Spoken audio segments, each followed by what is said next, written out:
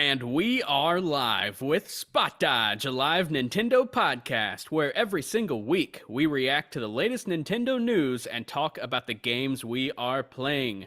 Today's going to be a fun show. We're going to talk all about this new rumored 2D Mario game, along with a little game I liked, which is Mortal Shell, dropped on Switch.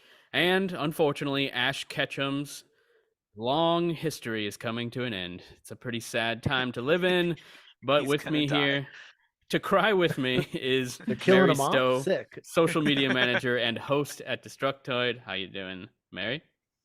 I can't believe that Ash Ketchum is finally retiring. It's insane, and I It really wonder how is. they're gonna do it. Like, are they gonna do like a time jump forward, and then are those two kids the new protagonists? Maybe. That's a fan theory. Yeah, Yeah, I've seen that theory. it. Alongside her is Greg Bargus, writer at PC Invasion and streamer over at Dynamite Giraffe. What's up, Greg? Hello, Mr. Medlock. How are you? I'm good. Thank you for that pregnant pause. And now we have John Friscia, writer, or I'm sorry, managing editor over at The Escapist and indie developer. How you doing, John? Great, no pregnancy to speak of. Yeah, guys, I looked it up afterwards, and like I said, that's a very popular phrase. I don't know. You guys are making me feel crazy. Extremely popular. I think Everyone I was just says messing around and pregnant being pause. like, no. I don't think it is. I need to see some proof. I need some sources for this material. I'm the proof. I'm going to use it at least 3 more times for the rest of this episode. But yeah, guys, let's get into the opening topic. If you read the article over on Destructoid, you saw that there's a new 2D Mario game being rumored, and John is going to run us down everything. So John, tell us all about it. Well, I mean, there's not a whole lot to say exactly. It's more like offering disclaimers than news. So It the started source in of this August, rumor- though. Yeah. So the source of this rumor is a dude named Zippo. Zippo's actually gotten several leaks correct in the past, but in like the past, I want to say 6 months or so, like people are suddenly turning on him, and I don't honestly know what the whole story is there. Like every leaker has like haters and whatnot, but I don't know. We'll see. But anyway, getting back to Mario, he Pretty claims that decent track record, yeah. yeah, and I how can many touch how on many that in things a has he gotten second. wrong? Yeah, Well, that's what I was gonna ask. So that's the thing. Like when it comes to these leakers, they always have the benefit of like, well, maybe it hasn't been announced yet. You know, like he's Yeah, one of they like can just he's keep saying it's not yeah. announced yet. Well, I think he's one of a few different entities that have said that like Nintendo's working on a new 2D Donkey Kong. Like maybe it hasn't been announced yet. I don't know. Can't say. So that's one of them. He's the guy who first claimed that there's like a Persona 5 spin-off game where you play as a Akechi doing like weird actiony stuff. Maybe it hasn't been Maybe. announced yet. It's such an easy defense to fall back on. I'm seeing a trend here. um and well, I mean the biggest swing is the one that we're about to talk about right now, but I guess since we're already discussing his track record, I'll just go ahead and finish up and say the things he's gotten right. So what has he gotten right that I can remember? The Persona 4 Arena Ultimax remaster. He said that was coming like months before it was actually announced, and I think that's a pretty good thing to leak, because I mean, who was talking about remastering that Yeah, game? Like that nobody. game specifically. Like the other Yeah. games you could guess, but a random Yeah. fighting game, no. Right. Pretty specific, I think. Yeah. And he also said that I think he specifically said Persona 3 Portable was coming back, and in addition to Persona 4 on consoles. And that took a while, but he was right. That announcement was made, and it was Persona 3 Portable specifically, so we got that right. He said that Sonic the Hedgehog 3 and Sonic Knuckles were coming back finally, and that turned out to be true because it was part of Sonic Origins. I want to say he's gotten one or two other things right, and yeah, those are kind of the highlights, or at least the things that I can remember of what he's gotten right and what the verdict's still out on. And so it all culminates in this one, the big one that he started in August and he kind of added on to this past weekend, which is that allegedly Nintendo EPD is working on a new 2D Mario game.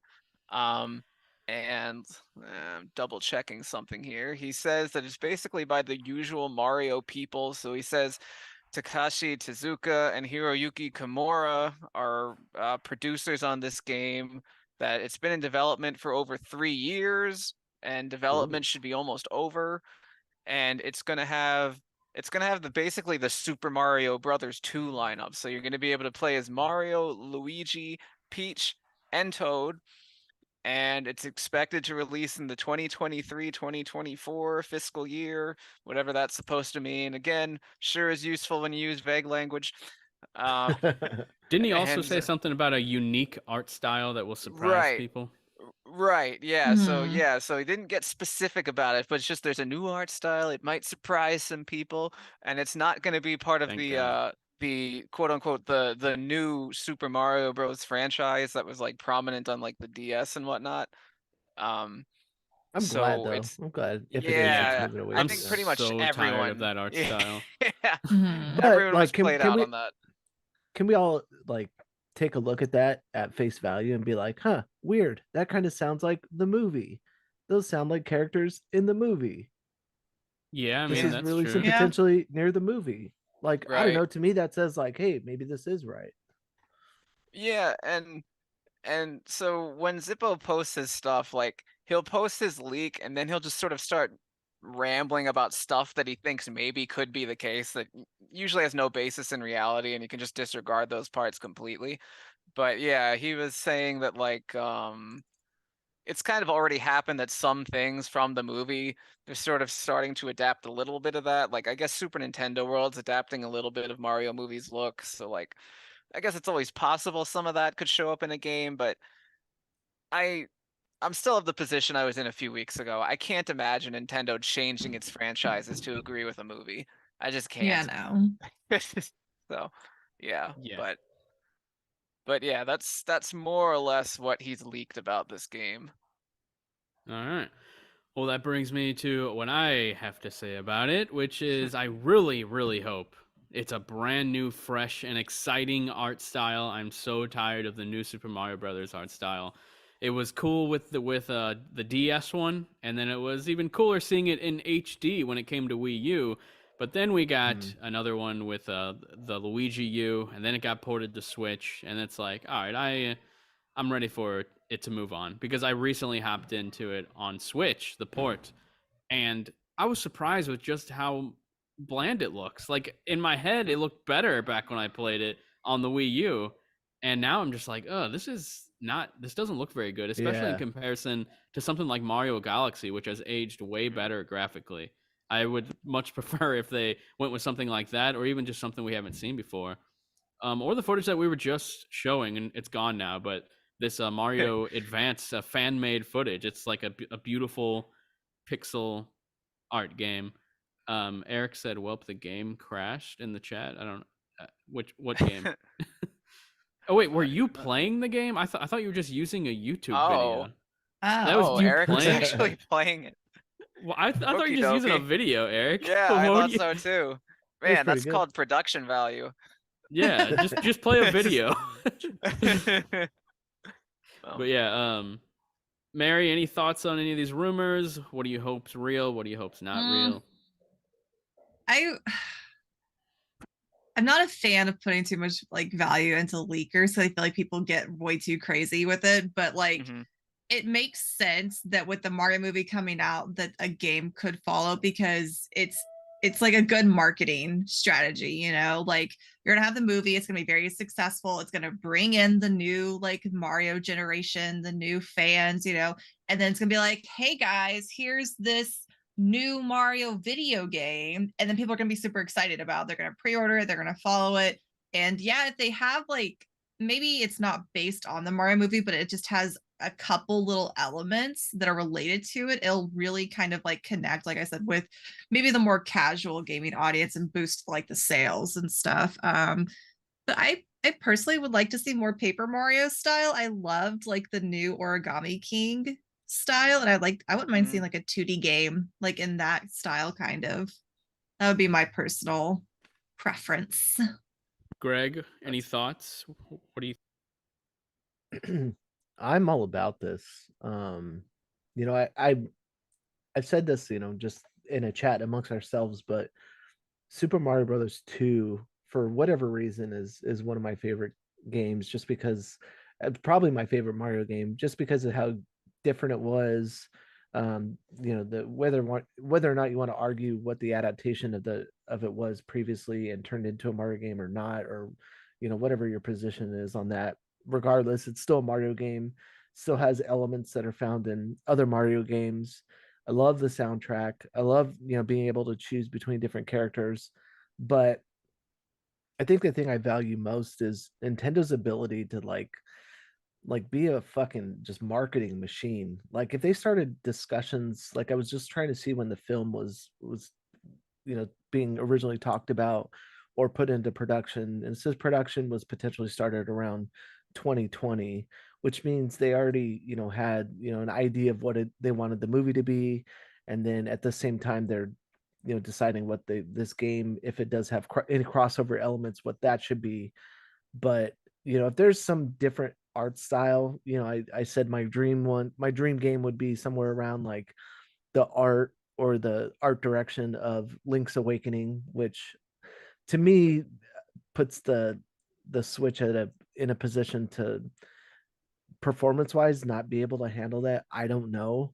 I didn't But understand what you meant by that in the group chat. Yeah. Like Link's I Awakening's meant on like Switch, so what do you mean? I know, like, but then you add three other characters and block breaking and enemies and the world. I think and they could figure it out. They're masters. They can maybe. mimic that art style and do something. But yeah, I'm Yeah, sorry. I'd What were you rather them saying? go like, I don't know. It's hard because I like all the variations of Mario's art. Whether that's Super Mario World or even like Yoshi's Island. Like those are some of the SNES version. Is like that style I think does well. I wonder what the visual style could be, but and I think you're right about New Super Mario Brothers. Like that, it kind of puts a stamp on the generation and what it looked like, and I think we're all kind of ready to move past that. I mean, it was like a 3D 2D Mario, but it kind of seems in my mind dated at this point. Like they could, I don't know, maybe it's just like I know Nintendo could do so much better and do what they're good at and offer something fun to play and innovative. And I think a new 2D Mario game could benefit from whatever that is. So Yeah, I'm interested to see what the multiplayer function is. Like if it's just like New Super Mario Brothers, where it's just four people going nuts, or if it's gonna be something more along the lines of a versus like during the levels, like kind of like Super Mario. Was it 35 that was on Switch Online? oh Yeah. yeah, Mhm. That was really cool, and I would love to see them yeah. like have it be a game where you still have to work together like to get through the level, but you're also trying to beat your friends like in the level as well. Or pad the game and bring that in as an extra mode. Or that as well. I just think they could do some really cool stuff that they haven't really touched on in the new Super Mario Brothers games when it comes to the multiplayer. And I mean, it has to have online multiplayer, right? Like the other games Oh didn't. yeah, Mhm. Zippo Yeah. did say that there's online multiplayer. Yeah, so that's a whole new thing for Mario in terms of like a traditional Mario styled game, right? The other ones couldn't do online, could they? I don't know because I never play I anything don't think online, so. so Super Mario 3D Yeah. World, I don't think did either. I I don't could be know why wrong. it I don't would think so. have, No. but Yeah, we're a but yeah, Nintendo podcast. But I think, exactly. well, I think like more people had like a shit ton of Switch remote or Wii remotes than they Yeah, way do more Joy common. Cons. Mhm. Yeah. Mm-hmm. So I think that's a fair assessment. Like if you have and like an OLED Switch and another Switch, I'm sure that is the makeup of some people's household, especially with kids. And that's like the better option to me if they do like, download and play or something like that. Yeah, I'm really interested to see what this is. I would love to have a new If it Mario game exists. this year. Yeah, if it exists. If I it honestly exists. think this person, I don't think he would just be making this up after getting Yeah. that other stuff right, and then just randomly coming back like after months and like telling more information on it. It just seems weird. Like he has no reason. Like, there's no reason for anyone to believe him right now since we haven't seen anything since he last said something about it. So why would he say more stuff about it and not just want people to forget? He has to be Right. sure that this is real if he's gonna bring it up again. But I Or don't know. at the very least, like, I don't think he's just making stuff up from out of nowhere. Like, Yeah. like it could be he has bad sources on some things, but like, I don't think he's just like your standard grade charlatan. Like there was the leaker so-called Samus Hunter on Twitter who claimed that basically Samus Hunter just made all these absurd claims like all the time, and they were consistently wrong. And the person had like, I forget, like 100,000 followers or some nonsense. Like just because like Mhm. people were so gullible. Okay, never mind. Yeah. 24,000 followers, but still, it should be 0 followers because they made everything up. They just Yeah. said stuff that they wanted people like what they wanted to hear. They just make a tweet like, "Oh, it's happening," and then when nothing happens, they'd be like, "Oh, well, you know, there was a delay," and like, and My that was their sources were off entire this time, or persona. they would go and just delete tweets. Like, Yeah. They deleted Yeah. stuff all the time, but people Yeah. started screenshotting it and showing them to them again. It's like, no, you definitely said all this and it was all wrong. And in fact, Reddit at one point made a spreadsheet out of like claims that Samus Hunter had made that were it was claims that turned out to be true, but it was cross-referenced by other articles already saying that something was true Mhm. or false. And I saw the spreadsheet. I was one of the sources in the spreadsheet. Nice. Yeah, debunking something about like a Fire Emblem rumor. So when I saw that, I just started cackling. I was like, "This is great. Yeah. I'm part of the leak process or something. I don't know." But yeah, so bottom line, I don't think Zippo's like that. I don't think his history tracks that way. Like Zippo has gotten things wrong, like especially dates of like Nintendo Directs and stuff, but like it's not like a 0 track record. This is somebody who definitely knows something from somewhere. So Yeah. yeah. I'm The always only curious thing. as to like. Oh, sorry. Oh, I was just gonna say I'm always curious as to like, for a leaker, like what is the benefit? What's the end goal? Like, Right. what do you get? Clout, and Clout. That's if all they so, want. Yeah, like Yeah. woo. That's it. Ooh, Yeah. That's the Twitter thing. clout, so shiny, so Yeah. Yeah. fancy. You know, speaking of which, and not oh, go ahead. no, I was just gonna say like Samus Hunter. What a like year 2002 like screen name. Yeah, right. Right. Yeah. And there was that Samus. other leaker recently that just went by the name The Snitch. And The Snitch Yeah. announced that they're done leaking things, and they did it through an exclusive interview with Insider Gaming. It's like, who fucking cares? It's Like, obviously someone who nobody works at cares. Insider Like, Gaming. Like, it's well, obviously Insider Tom Gaming's Henderson. mostly just that Tom Henderson. Yeah, so that would be That's funny. he's obviously the snitch. Like, let's Oh, just you say got me. it. Tom, That would be we got funny. you. We know it's you, Tom. Yeah. You don't have to pretend anymore. You don't have to interview Yeah. yourself. Come on. The bottom line is, I guess being a leaker might be kind of fun, but it's also thankless and you're completely disposable and nobody cares about you. Yeah. Yeah. Nobody It's cares like you're- about you, Zippo. I mean, the snitch thing, like you were saying, like he said, like he built up this community and he's done leaking stuff, but like my Yeah. guy, that's why people were in your community. Like Yeah. that's the reason. They don't like you for who you are. They want your leaks. Come on. Yeah. Hey, you got any of them leaks? Yeah, exactly. Leaks.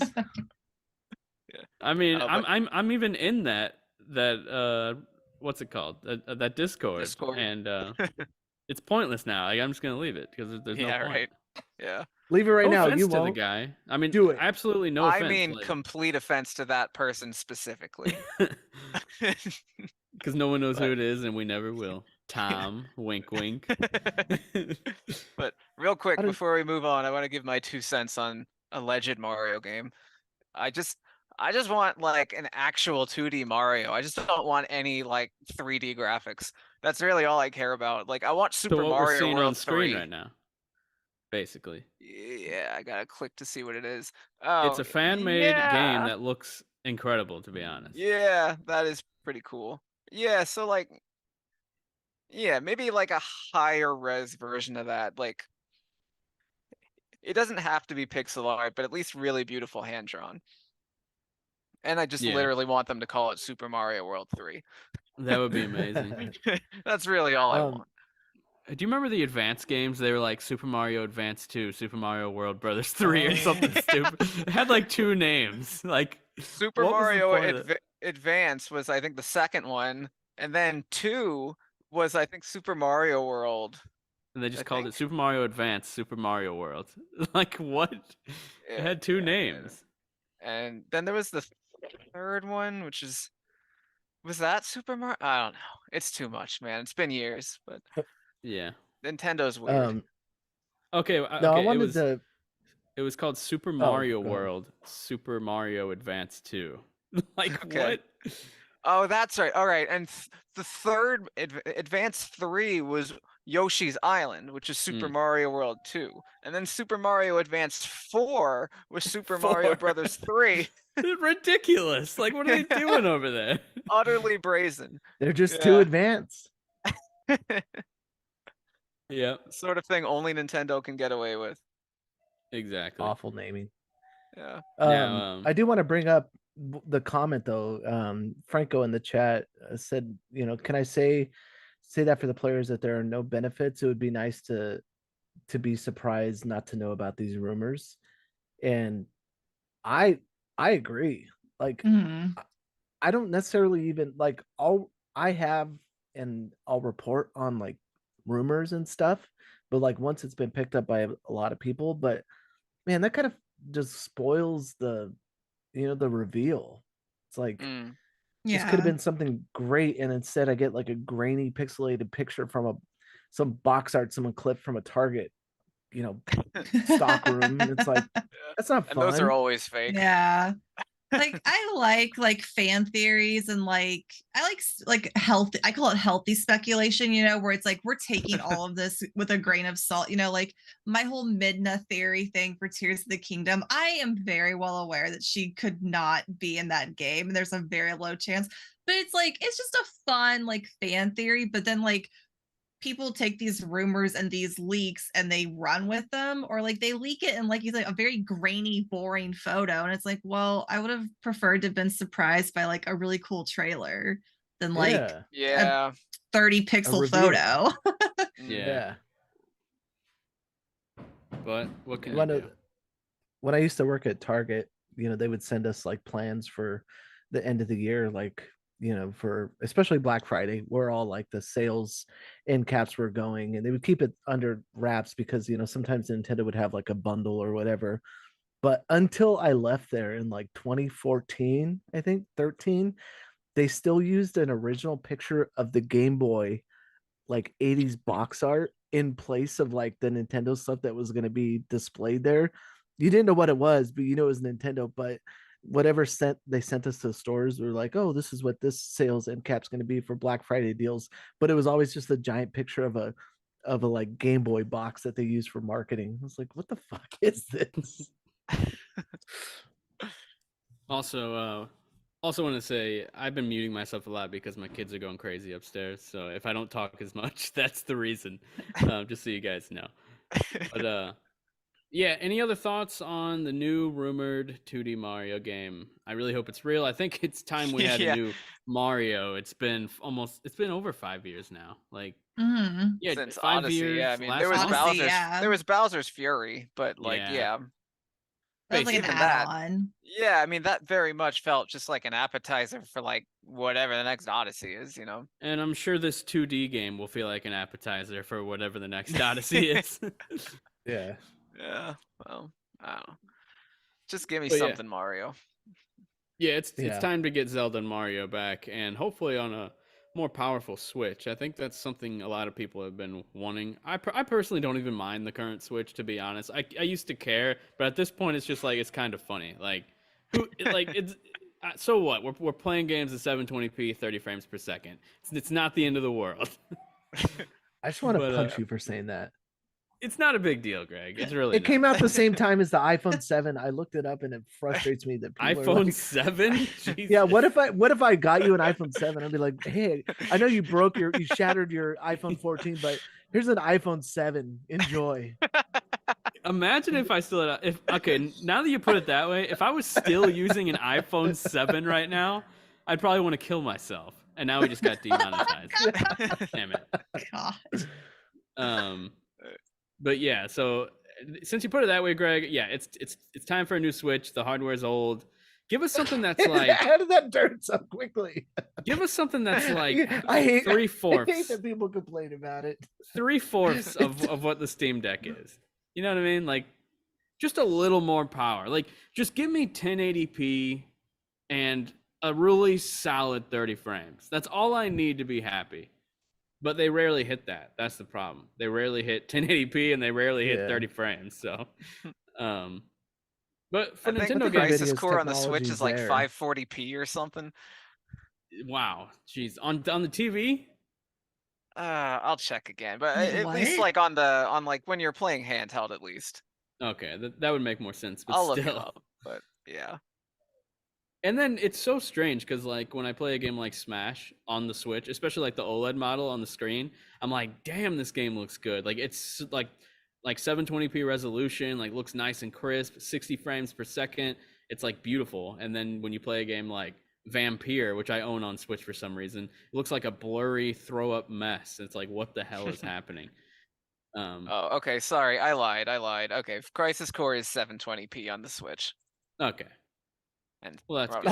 on Oh, yeah. a Great. rock hard 30 FPS. Yeah. Like, come At on. least that's the native like resolution of the Switch Yeah. screen. Yeah. But yeah, next up, this is more of a shout out. Mortal Shell just came to Switch. Someone said it kind of stealth dropped. I'm not sure. I just noticed that it was a thing. But it seems like it's a native version running on Switch. It's a bit blurry, but I actually really enjoyed this game on PS4 or 5, wherever I played it. And it's a Souls game like through and through. But it's one that I really liked, and I'm not a Souls guy. And it uses like a totally different mechanic where you literally lean into attacks basically. Like you turn into a shell. That's literally like where the name comes from. You shell yourself whenever someone's about to hit you, and then once they hit you, you time it. You're not parrying, like they're not like going back or anything, but like you're constantly timing your shell, which is just really different. You turn into like a rock. Yeah, and it's really fun and really hard. And it's kind of crazy because when I first started the game, the first enemy right outside the house, I died like 100 times. I'm not even exaggerating. I probably died. I was exaggerating a little. I probably died 25 times. Only 70%, 5% off. Yeah. So, and then like after a while, I explore a little more, and then it's a Souls game, so the enemies constantly respawn whenever you go back to like a fire or whatever, like your home base or whatever. And then that guy outside the house, without being any more powerful, like basically being my exact same level, just absolutely destroy the dude. Like just sheer brain power and timing that I gained. Not my actual character, but me as a person. I was able to overcome these fights so easily just by finally learning like how you play the game. It's all about the shell mechanic. It's so important. And I actually ended up beating it, which is rare for me in Souls games. Yeah. So yeah, I just want to shout out Mortal Shell. It seems like a decent port. That's just running at a low resolution, but yeah. Now, aside from that, we got Hideki Kamiya promises Bayonetta Origins will be an unforgettable experience. I think it'll be unforgettable for Helena Taylor, but I don't know about us. What do you guys think, John? So since I was like on Bayonetta 3, I don't really have any hard feelings here. I guess I'm just kind of happy that Platinum is doing something different with its IP, you know? Yeah. Same. It's like I mean, like, let me put it this way, like it's good to see them doing something, one, that's different, but also two, probably won't be a train wreck like Babylon's Fall. Yeah. This looks like something that might have a degree of quality control behind it and is in like a genre that they understand, which is all good things. Yeah. I bet it's a good game. I just still am very surprised by the $60 price point. Like, I'm not saying these Are you? games not. that look like this, like artsy games that are like top down, can't be $60. I think sometimes it seems like that's a possibility, but it's a beautiful art style, but you can tell it's an art style where that allows them to cut corners, where they don't have to do these crazy textures, where there's not a whole lot going on in the environment, but because it's such a distinct style, it doesn't like, I don't know, it just doesn't come off to me as a $60 game. Yeah, Mary, me either. thoughts? Sipping that I'm- haterade. I was gonna say I'm not surprised it's a $60 game, like at all. But I think they're just trying to like. I think Kamiya definitely needs like the good PR, you know, after like the whole fiasco. This like I was like reading like just like his little comment. I was like, this just feels like he's just like, we just need some good PR, some good excitement, you know, keep people excited for like Bayonetta. But I like the art style a lot. I'm surprised that they went like a very different direction than like how the other Bayonetta games are. But it's an origin story, so maybe they really wanted to like separate it, you know, both as an origin story and also like a visual separation. So Yeah. I'm looking forward to it. Yeah. How do you? I always forget how you say her name. Syriza. Probably. I always forget. But it's like Terrible with Bayonetta's names. real name. But yeah, it looks cool. The title's really long when you think about it. Bayonetta and the what? Yeah. Hang on. Bayonetta. And... Bayonetta the mustard Origins, gas? the something about a demon thing. Yeah, I don't know. But yeah, just wanted to talk about Cereza and the Lost Hideki Demon. Kamiya. What was his quote Oh, again? okay. Let's see. I And didn't close the write it tab. down. An Yeah. unforgettable experience. Oh, it's a long one. Yeah, it's a long quote. I'm wondering if that's just like, well, I mean, if he's unforgettable, I wonder if that's just more closely tied to like maybe the story, because like I do think that's like they've made reference like in Bayonetta 3 to like parental figures and um you know Viola's role and what this could mean for learning more about um Bayonetta herself and especially they depict her as being younger, so maybe it's more of like a unforgettable as an emotional kind of journey versus like the just like outrageous storyline that we saw in Bayonetta 3, which I'm hopeful for. Yeah. I mean, I would welcome that. Here's a nice quote from him. I implore you to take your guard down and approach this title with a fresh, open mind as you plunge into an adventure set in the depths of a mysterious forest, controlling the weird and wonderful duo of a slightly timid and inexperienced young witch and a rough and tumble stray demon. That's what he said. You know what? Which is That in quote heavy right there just got me contrast to buy the game. I'm just kidding. to beware my rules, insects. Yeah. Yeah. That's what I'm saying. Like, He's like so feels not so normal. different. Beware of my rules. Like, shut the hell up, guy. You think your But I shit implore don't you stink? to play my game. Yeah. He puts his pants leg on one at a time, like the rest of us. Little do we know, he puts does his like bolt a on and triple jumps into him. backflip. He does a Yeah. triple backflip every time he puts on a pants. Yeah. Then his wife applauds. Yeah, naked. You're so good at that. All right, guys. Let's talk about Square Enix and these damn pixel remasters coming to every platform that's not Xbox, which I think is just hilarious at this point. Like, Totally I don't know on what's brand. going on. Mhm. Yeah. At least they didn't say all platforms like Atlas did. I think that was Atlas. They said coming soon to all platforms, and it literally had everything except Xbox. Yeah. They Sick should all do burn. that. That would be funny if they kept doing it. I mean, it's Xbox's fault at this point. Like, they don't. I don't know. Is it Xbox's fault? I have no idea. But it seems like they stopped trying to get a Japanese audience ever since the 360 generation, and they've all left. And I guess Americans don't even buy Japanese games on that platform, which is honestly surprising because, I mean, they do buy the big ones, but like these smaller ones, these pixel remasters, I guess they don't, which is just sad. Because this is exactly Xbox is exactly where I wanted to buy these remasters because that's my main platform now, and I'm not. So now I'm probably gonna get it on Switch. Why is Yeah. that? But yeah, your John, main platform? I'm sure you have plenty to say. Wait, what did Greg say? Oh, I just said, why is Xbox your main platform? I like the ecosystem better. I like the controller, the cloud saves. I have like 5 Xboxes. They all instant across all platforms, old and new. So and I stream to my phone through xCloud and through Game Pass and to my G Cloud. So It's just really convenient, and I like it better. And there's always really good sales. And Phil Spencer's that's it? sexy. I There's the mean, reason. That's the real reason. The real reason for the season. Phil Spencer. Who had Coming from no someone who games has to bring this year. 80 platinum trophies, I've Jeez. left PlayStation behind, and I've decided Xbox is going to be my main platform. It's actually where I'm playing Elden Ring right now, which I'm so glad I have on Xbox because You're the back such a paddles. traitor, Brett. Playing playing- a popular video game. I Share. never thought it would happen. Never thought it would happen. I'm not a Souls guy, like I said, but yeah, I bought. Stop riding bought the Elden Sony Ring. pony to ride Phil Spencer. Yep. That's what's funny. That's so fast. Yep. But I was about to elaborate on that. I used to be known for being like a PlayStation fanboy simply because I loved a lot of the games Sony published or internal teams developed. And then sooner or later, now I'm an Xbox fanboy because I really love Game Pass, and I like the controller. There's just like no in between. Like it's just like an instant flip from one side to the other. It's impossible for me to like everything, which is the reality. But yeah.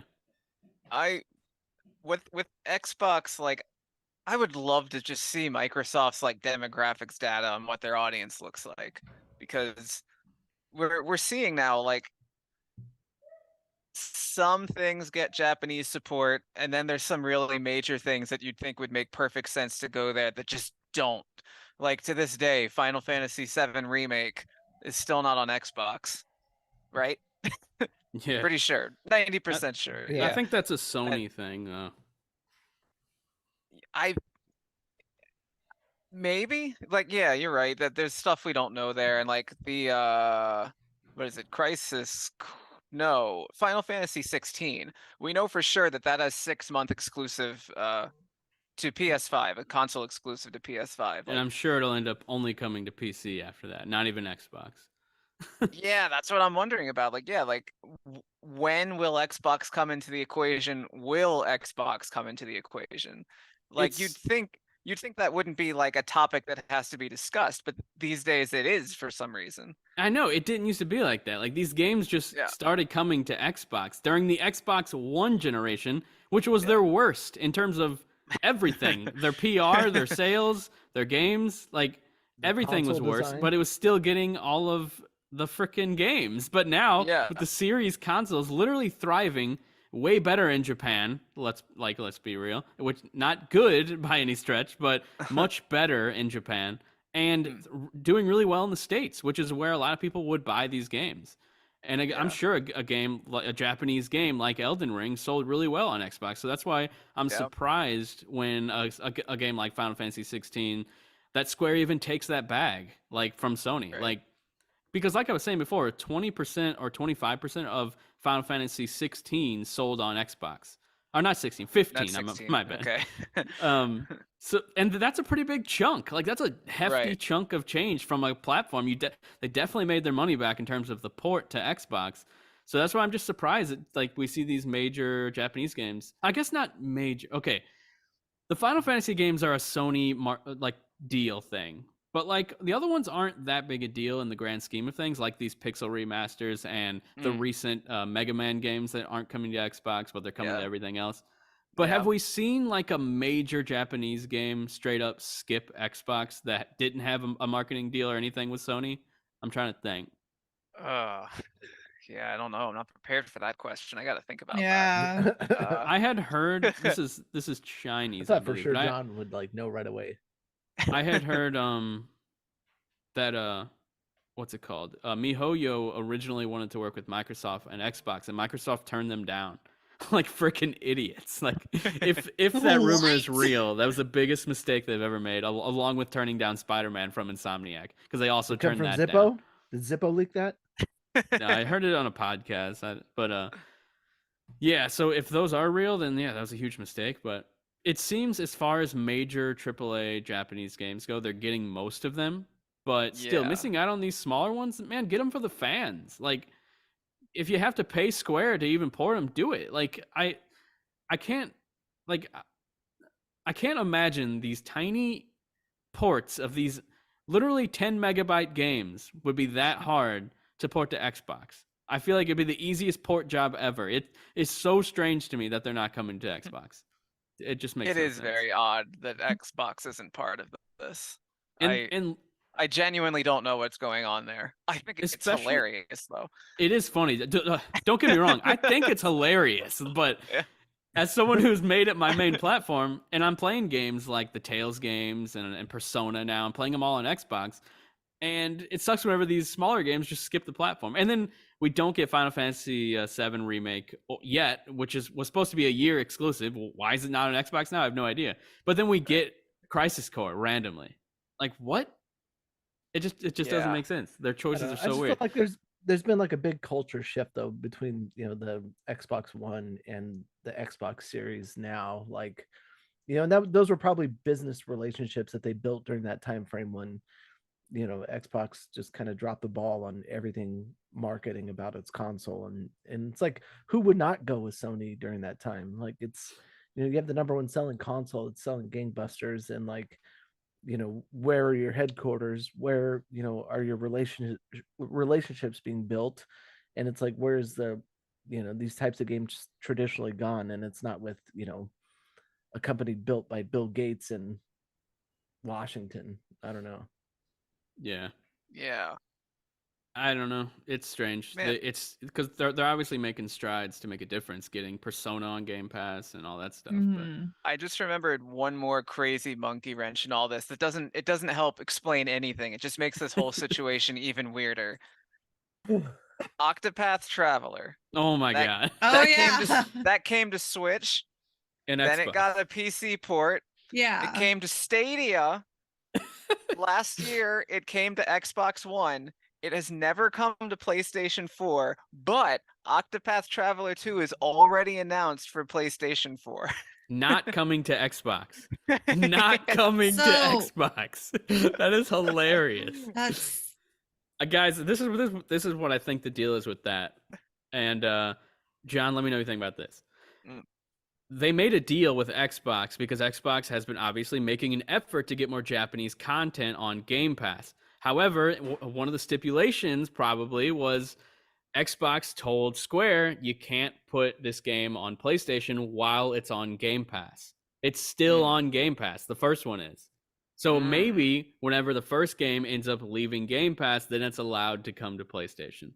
That's a good theory. I could see that being the case. Yeah. But in the Uh, meantime, they saw how the game performed on Game Pass, probably not to their liking. That's what I'm thinking. And then they're like, okay, if these Xbox gamers aren't even going to play a game that's essentially free to them, they're definitely not going to buy the sequel. So we're not going to Right. bring it to their platform.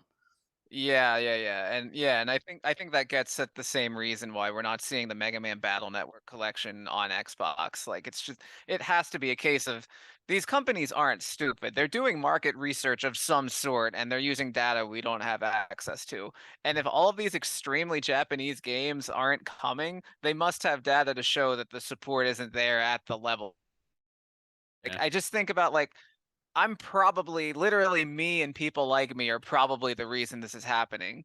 That I've had every Xbox until the Xbox Series. Like, I have the Xbox One and the 360 that's broken and the original Xbox. I haven't bothered with the Xbox Series because there's just nothing I really feel a need to really play there. And so all of these Japanese centric games I'm playing on either Switch if it's not graphically intensive, or if it is graphically intensive, then PlayStation 5. And I feel really comfortable with those choices. And my guess is that they have demographics data that shows that there's a bunch of people like me. Yeah. And that's a shame, like I'm saying. It sucks. I mean, but at the same time, Xbox is training its players not to buy games because Yeah. Game Pass. So, Mhm. and it honestly, that's the Netflix goal. syndrome. That's what they want to do, but it also hurts a different side of the industry, especially when it comes to these Japanese games. Mhm. And also, one more thing, I feel like a lot of Japanese developers, they probably all talk to each other. They're probably like, wait, Microsoft gave you how much money to put your game on Game Pass? Well, then we're not bringing our our game to Xbox unless they do that for us. That's probably what they're doing as well. Like, Essentially. because all the Final Fantasy games were on Game Pass. Yakuza's on Game Pass. Mhm. All the Final Fantasy Mhm. games that are available on Xbox are on Game Pass, or they were at some point. And they probably caught wind. You know, they probably all talked to each other, and they're like, we're not doing a deal with Xbox unless they put it on Game Pass and just let us make our money back immediately rather than gamble it. You know. Mhm. I don't know. That still puts a ball in Microsoft's court though, because even if X developer says like, "Oh, we're not putting it on Game Pass unless they give us the same money that you gave the other guys," Microsoft can just be like, "Well, let's know how that goes," and then they increase their memberships by 25% year over year. They have the largest player base of subscribers that they have an audience for now. And then now when that company comes back to them, be like, well, maybe we were wrong. We do want to put it on your service that has, hundreds of millions of subscribers, even though it's totally not that. I think it, That it still it 29 million according to Sony, is which it is which is still puts a under bargaining what chip, what, in what Microsoft Microsoft's wanted. pocket. I'm curious how much High on Life just boosted Game Pass sales, because the game is a Say bona that. fide hit on Game Pass. Like, Yeah. it's I think, insane how big it is. Mm. And Didn't it sell really well on Steam? I thought because of that. I looked at the concurrent players and it wasn't anything crazy. The highest was 11,000, and it had like 7,000 playing right now. But Well, it's the best-selling game on Steam right now. so Huh. yeah, the game through Game Pass, I feel like has been a huge success, and in terms of Game Pass marketing the game on other platforms like Steam, and Mhm. probably on PlayStation in like 3 to 6 months whenever it comes there, it's going to keep on exploding. Like, because that initial bump from Game Pass. A similar thing happened to what was that Square third-person shooter by People Can Fly, I think. Oh, is it Outsiders or Outriders. Outriders? I feel like Game Pass really gave it that initial boost that made more players on other platforms interested in it and actually Mhm. pick it up. But then those was just a developers ended doo-doo up game. saying that the game didn't sell to Square's expectations, which are always really high for American developed games. Yeah. Right. Well, I mean, look at Square's track record, so whatever. Yeah, I don't know what their expectations ever are. It seems like they were. I feel like with every American developed game that came out, we always got a quote from Square saying that it didn't Yeah. meet expectations. Like, Yeah, what? all of them. Yeah. Doesn't make sense. Well, then they sold them all, so. Yeah, they did, literally. But But yeah, I'm not sure about all this Xbox stuff, and this is a Nintendo podcast, so let's get back to these Pixel remasters. yeah. The art, So, all right. the box art's terrible. Just had to say it. Go ahead. Yeah, so for those who don't know, Square handled the announcement of the physical editions in like the worst way humanly possible. They announced it Mhm. in the middle of the night, Saturday night. It was like well past midnight.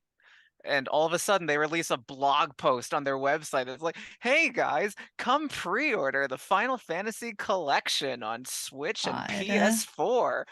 And so it sold out like instantly. Like by the time normal people woke up, most versions were gone. You could the Switch collector's edition sold out like midday Monday, I want to say, but like everything else was just like gone.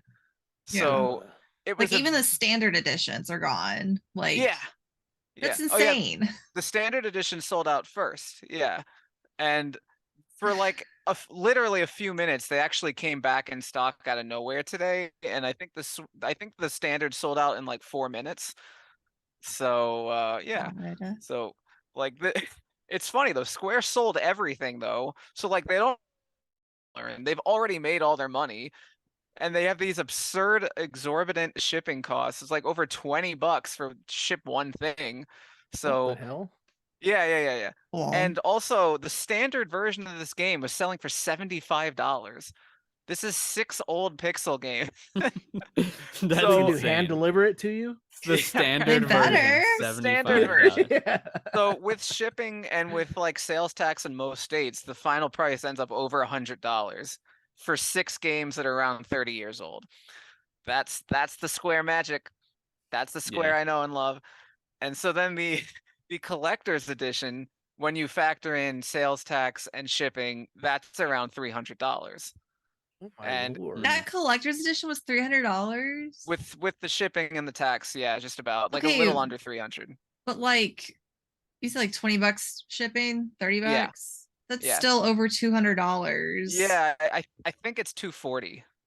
Or is it 260? I'll double check. That's But like yeah. not even. That's not That's a worth console. it. That's not worth That's it an for Xbox that. Series S. Yeah, like Yeah. looking at what all doesn't comes have with these games. it. Okay, think okay. I new It's monitor. 260. Yeah, it's 260.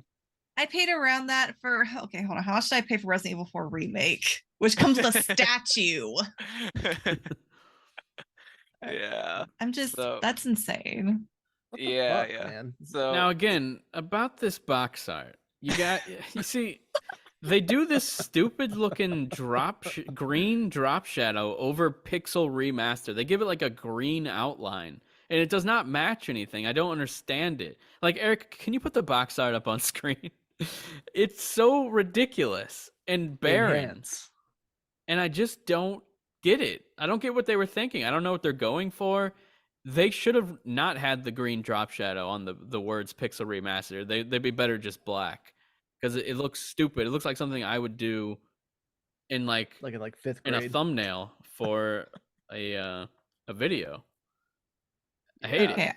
I pulled it up. Resident Evil 4 Collector's Edition with like the big fancy box, the map, the steelbook, the giant Leon statue was $250. So same price for a bunch of acrylic stands. Yeah. Oh my god. Was it a vinyl? no, we're paying $10 more than you.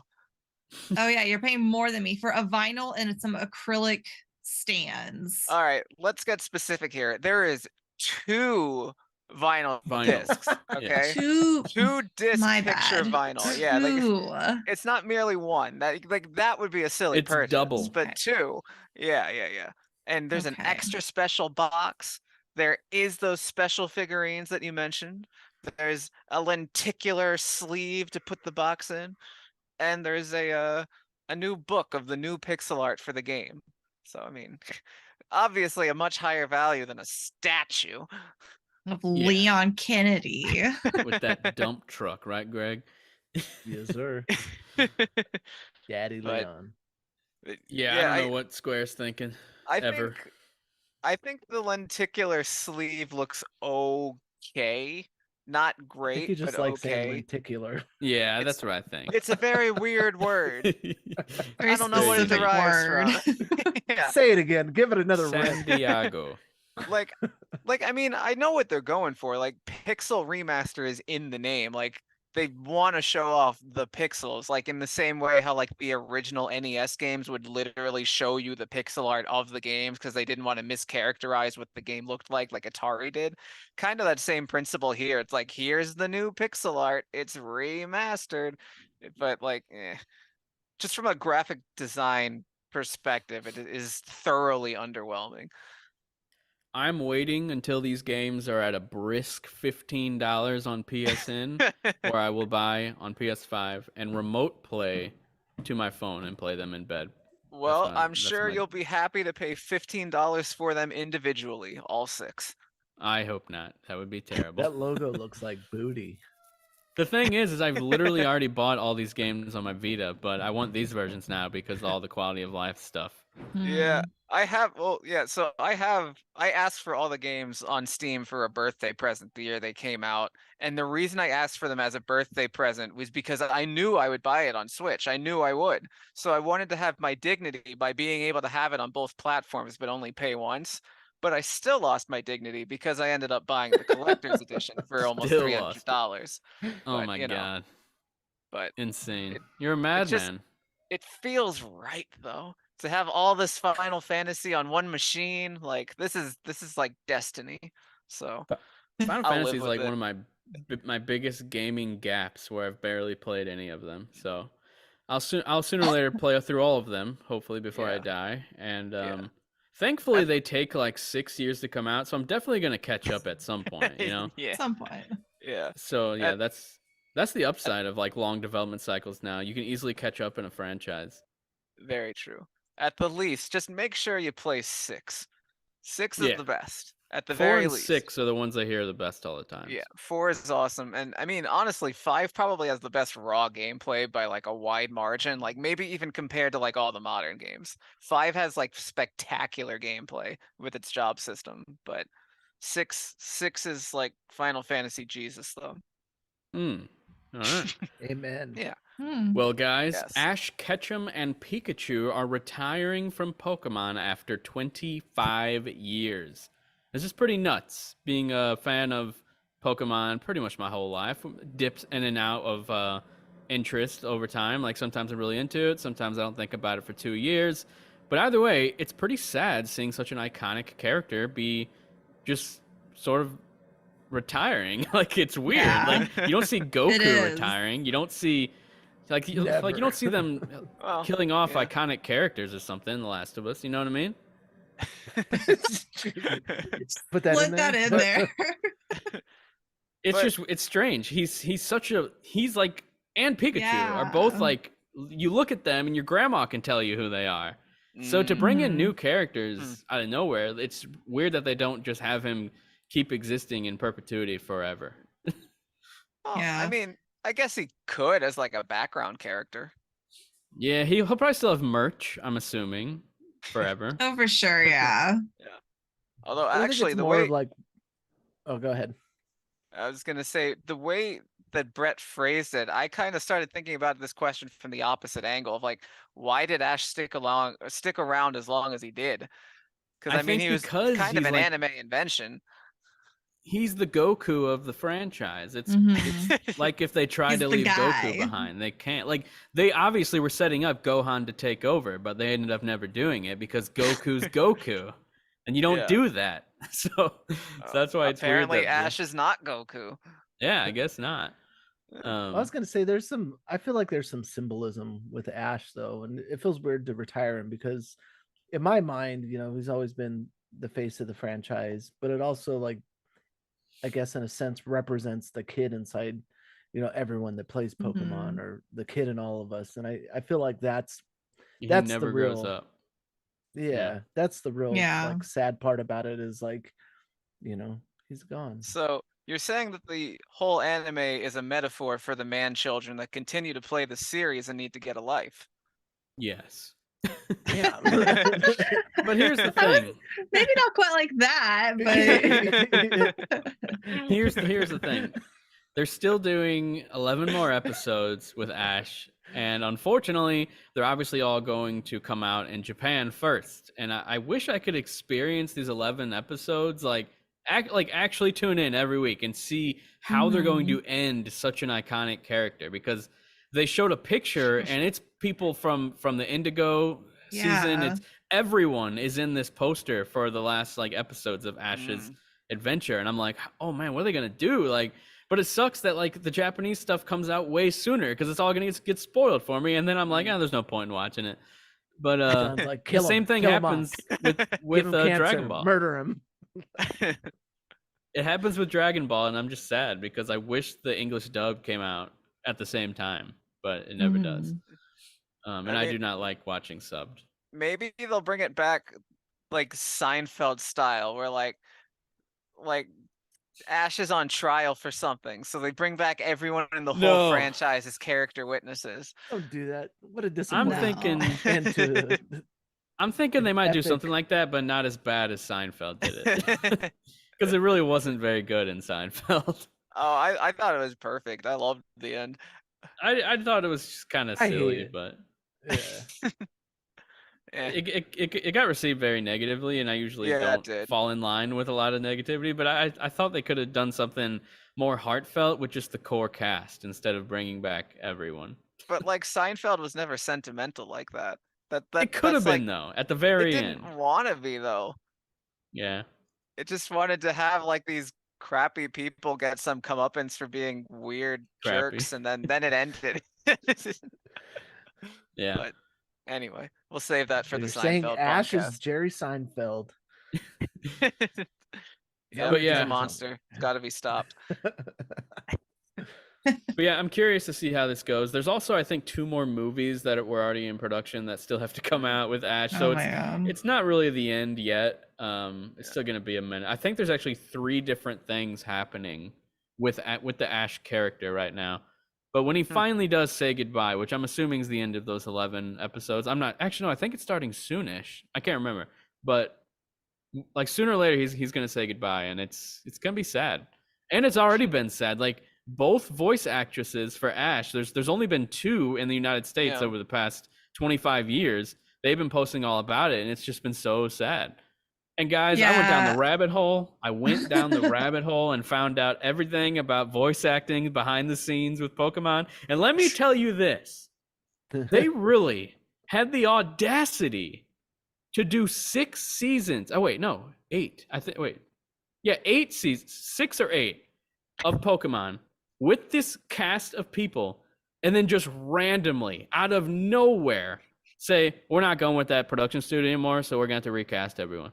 And they just straight up recasted every single character, one season to the next. And actually, in between that, they were like, you know what, guys? I don't know if we can do this. Let's test it out with a movie and see if anyone notices or cares. So that's literally what they did. They put out a movie first with the brand new cast, the replacement for Ash and everything. And not that many people cared because I was probably the only one freaking 10 years old pissed off. I don't know.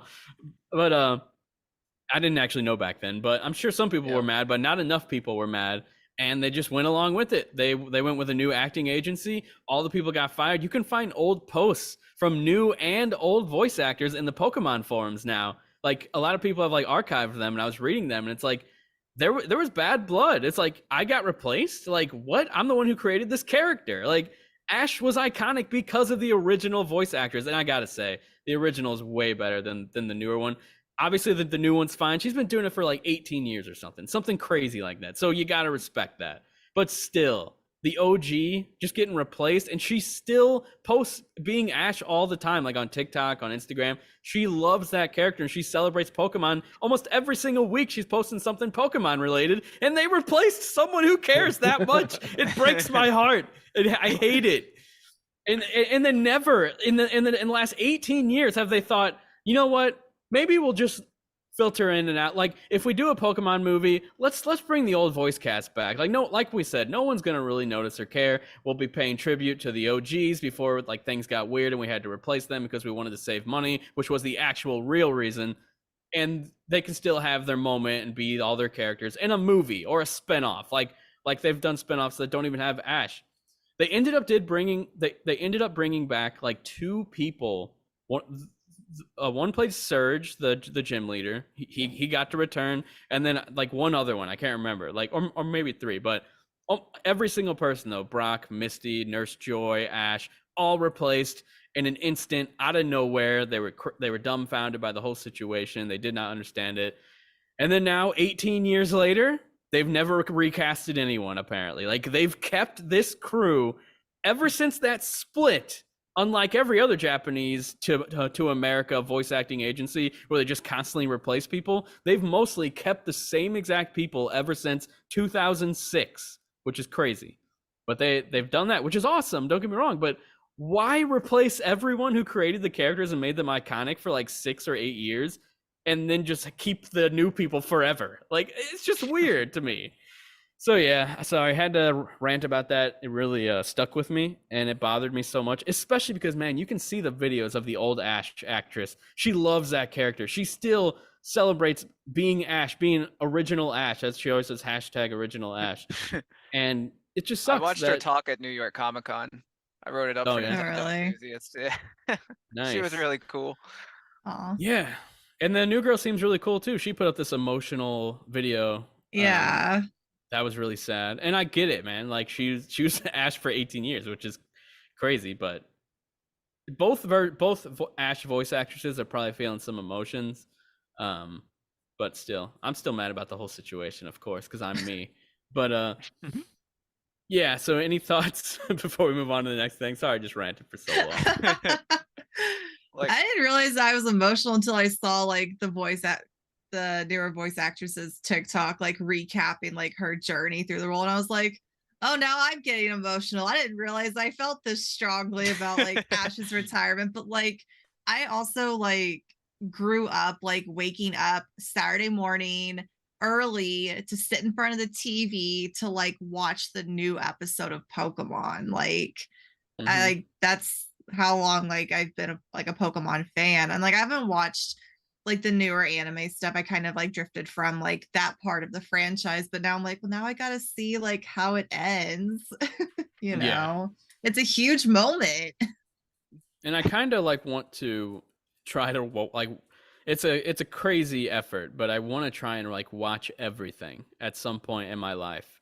Just literally watch everything from the beginning to the end and have to endure the recast in season 6 or 8 or whatever it was. But I think it'd be really cool to see his whole adventure and watch it all in order, even though it would all probably not make sense because of his age and whatever. And they Mhm. did Yeah. like they did Like a The prequel Simpsons. series. Yeah. They did a prequel series and everything that's more recent, that is still connected technically, and it takes place like at like before all his adventures, but after like other adventures. I don't know, it's weird, but and I think there's like even some multiverse stuff where it's still Ash, still like a lot of the same characters, but like none of it is connected in any way, but it's still all the same like voice actors. Hmm. But yeah, that's all. Well then. Let's go on to the next topic. Everybody's That's sad. all. Segue. 4 more Genesis games are available on Switch They Online mostly Expansion suck. Pass. They're no big Golden deal. Axe 2. I used to play that as a kid. That's the only Hey, one I Golden have Axe memories 2. of. Alien Storm, Columns, and Virtua Fighter 2, which I feel like I've played Virtua Fighter a little bit, but not like Golden Axe. I used to love Golden Axe. Mm. And then, guys, let's hurry up and talk about what we're playing before we head out. John, any thoughts on Lost Judgment or Dragon Ball The Breakers? Dragon Ball: The Breakers is like one of the like my games of the year, which is hilarious because Really? it's still just it is what it is. Like it functions. But like Yep. it's the only online game that I've played with any consistency since like if I'm like really talking games that like I really enjoyed and played on a semi-regular basis, it might have been since The Last of Us on PlayStation 3. That's how Damn. long. So yeah, I didn't know you played that multiplayer. yeah, it was one of the rare times that I was actually good at like a multiplayer game, so that made me enjoy it even more. But Yeah, I loved it. I it played was it probably so hundreds of good. hours. It's amazing. That's another thing against the second one that it wasn't there. Yeah, no That damn multiplayer. game. But but yeah, no, the Breakers it's just fun. Like I did like when I have a random spare 15 minutes for a game, like I can just play that any place and it's fun. I I heartily recommend it. I before the year's over, I need to write an op-ed just talking about how like it's amazing how like just because something exists as part of an IP, you'll try a game that you wouldn't have bothered with otherwise. Like if this game was called like I don't know, like Fortnite Nemesis or something, but like otherwise it was completely Yeah. the same game, I would live and die without ever playing this game once. But because it uses like Dragon Ball visuals, like I was on board from like day 2 or something like that. Day 2, And yeah, like specifically. I might not have played it on launch day. I don't remember. Maybe I did. But like yeah, I played it think you like did. okay. Like it was that weekend. But like yeah, I've been on board all along. It's a ton of fun. The quality vacillates, but regardless, I understand it and I enjoy it so much. And if it was anything else, I never would have touched this game. So like And there the is population on actually the an servers, upside to IPs. What's that? the population on the servers, that's still there, like especially on Switch. Yeah. Like I mean, like Damn. again, like I did say the first time that I tried to play on like a Tuesday morning, there was literally no one. So I've never tried since then. But any evening at any time on the weekend, you will always get a game in like a maximum of 3 minutes, but usually in like a minute or two. So yeah, it's Hmm. holding, which is a relief. And other than that, I finally started Lost Judgment, which is for now, the end of my Yakuza journey. Oh my god, it's finally coming to an end. Like, it was around this time last year that I was finishing up Like a Dragon, which was my entrance to the series. And now I've come full circle because Lost Judgment takes place in, I think it's called Yokohama, which was an area that was introduced in Like a Dragon. So I've returned to the area where I started the franchise. So everything's full It's all circle. coming together. It's one last ride. Yeah, like when I got there, like right away, I went back to all the old places I used to go to all the time and Like a Dragon to see if anything was different. And like, I just love these games so much. And like, I have no idea where the story is going because I'm in chapter 1, and so far I'm just patrolling for bullies at a school. I'm I'm literally placing hidden cameras all over the school, and there's like serious bullying going on, and like my job is to like be a detective, like finding child bullying, and like that's the plot so far. I I have no idea where it's going, but it's like, all right, I'm here for it. So chapter 1, but I'm having a good time and everything. It all feels good. This is a good time of year to come back to this, and then I'll be all ready for the next 2 or 3 games that are coming soon enough. So I'm very happy with this franchise. Awesome. Man, it's been quite the journey. It for has. Sure. Are you gonna end up like importing some Japanese only Yakuza games of the past? I mean, there's only like 1 or 2 that matter, but nah. Okay. I do hope that they'll remake the weird ass. They made like a zombie apocalypse spin-off game that's like non-canon, obviously, and I never Oh, played no that. shit. I hope they remake that. I hear it's not great. That's funny. Greg, Yeah. you're playing High on Life. I am as well. Any thoughts on the game? I think it's pretty fun, pretty funny. Yeah, I was a little cautious going into it, with the whole, I took a lot what Mary said when with her initial preview of the game, and what the voice acting would be like, what the characters would be like, what the guns would be like. But I didn't come around to Rick and Morty or Solar Opposites until very recently, and I would say like only within the past couple of years. But I feel it's very much an extension of, I mean, you can hear the same voice actors throughout the game, and I feel like it's very much an extension of those shows, of that type of comedy. And like I've not generally invested in games with dialogue trees, or spending much more time than you have to, with the interaction with a character or NPC. But I find myself often, wondering, just what the hell they're gonna say. Like they're not gonna, you think you're going with the safe choice, and they're like, "Oh, I can't believe you picked that one, you scumbag! I can't believe. I'll see if I help you in the future," or something, something random like that, or like, and then you're like, "Oh, did I make the right decision? Did I make the wrong decision? Should I have killed this person?" Like, I think there's so much to it. Granted, when I first started playing it, I had a bug where the conversations would happen between two people or two characters, and it would be going fine, and then the voice acting would disappear. Oh, and weird. I would just then I was like, I'm so glad I left the captions on, to That's see, at least see strange. what they're saying. Yeah, it would pop in and out, and I restarted my Xbox, but I think it was fixed in the first patch. But yet another game that's on Game Pass Ultimate that, I feel benefits from cross-platform progression, because, like I said before, Yes. I can sit on my PC, like, oh, I just finished a game or two of Apex. I'm not really feeling it tonight. Maybe I'll boot up High on Life, play it a little bit. And I'm like, oh man, it's getting late. It's time for bed. Go lay in bed and playing, That's what I'm in my saying, room, man. in my The bedroom, kick ecosystem, back, and yeah. it's brilliant. It's So everywhere. It's everywhere I go. It's in my sleep, in my dreams. I'm just kidding, but um, but yeah, I'm glad that someone else is enjoying the what's the word I'm looking for? Totally awesome um instant cloud saves. That's all I was talking about. yeah, So, yeah. It's just so convenient. It's unbelievably convenient. When yeah. you're a room hopper, or like Greg's saying, when you want to play on your PC and you switch to the Xbox in your room, and you shut the game on your PC, you open it up on your Xbox, and it's literally right where you left off. Something I wish PlayStation did with like PS4 and PS5.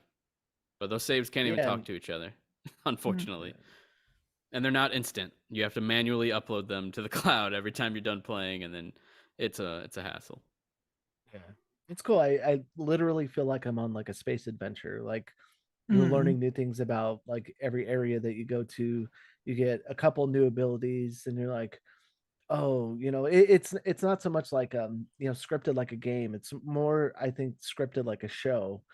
And then Mhm. like, especially like you get the knife, and then like, you know, you're like, oh, should I kill the guy that I hired to help us, or should I let him live? Do I stab him in the gut? Like, what happens if I stab him in the gut? What happens if I kill these random NPCs while going down to the sewers? Like, do I get dinged for it?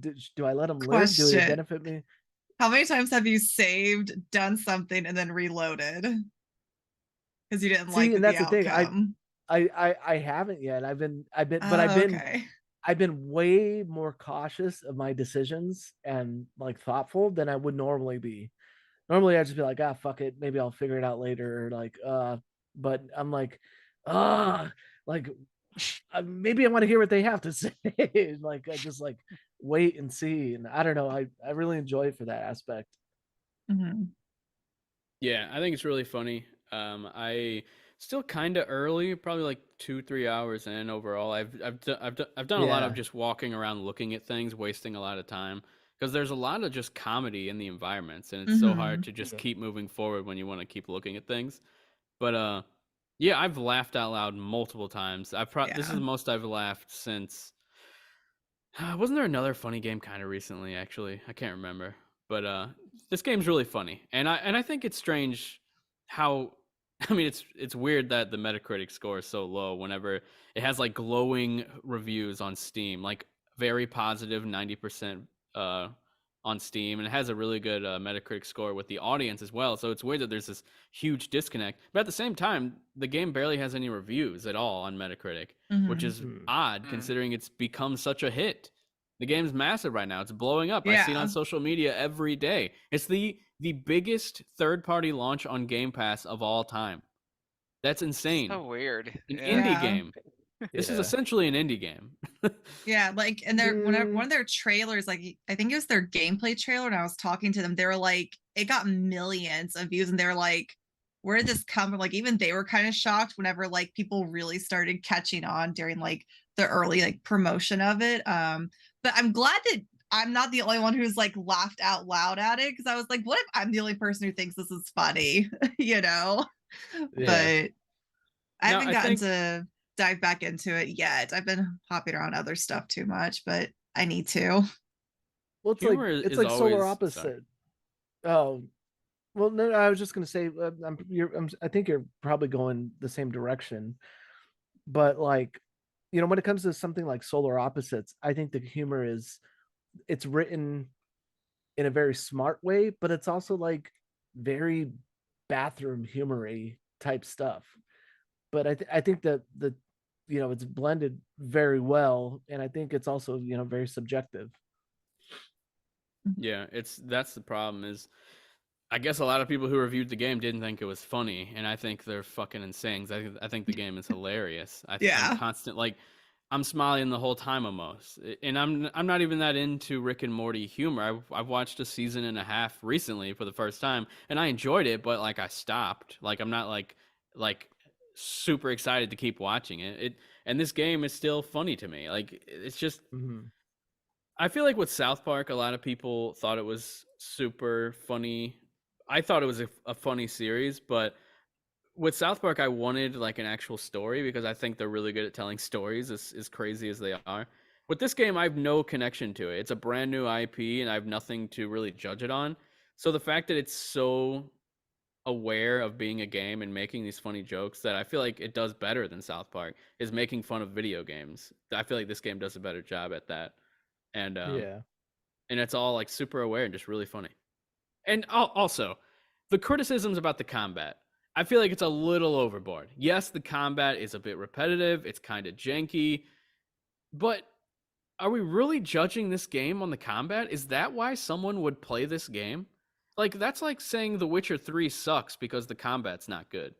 Like that's not that just doesn't really compute with me. Like sometimes a game doesn't shine right in an area, but then you can sort of look past the mediocre sections because it does something else so amazing. With a game like The Witcher, I think the combat kind of sucks, I'll be honest. But it's also one of my favorite games ever because of every other area where it shines. This game's kind of similar. I think the combat's, I don't think it sucks. I think it's a bit repetitive, and that's it. It just gets me from one spot to the next. But there's jokes in between with the combat, and that's all I really Yeah. need for this game. Like, what But are it's we like, look judging at something here? like Halo. Are we trying to compare it to Doom? Like, what?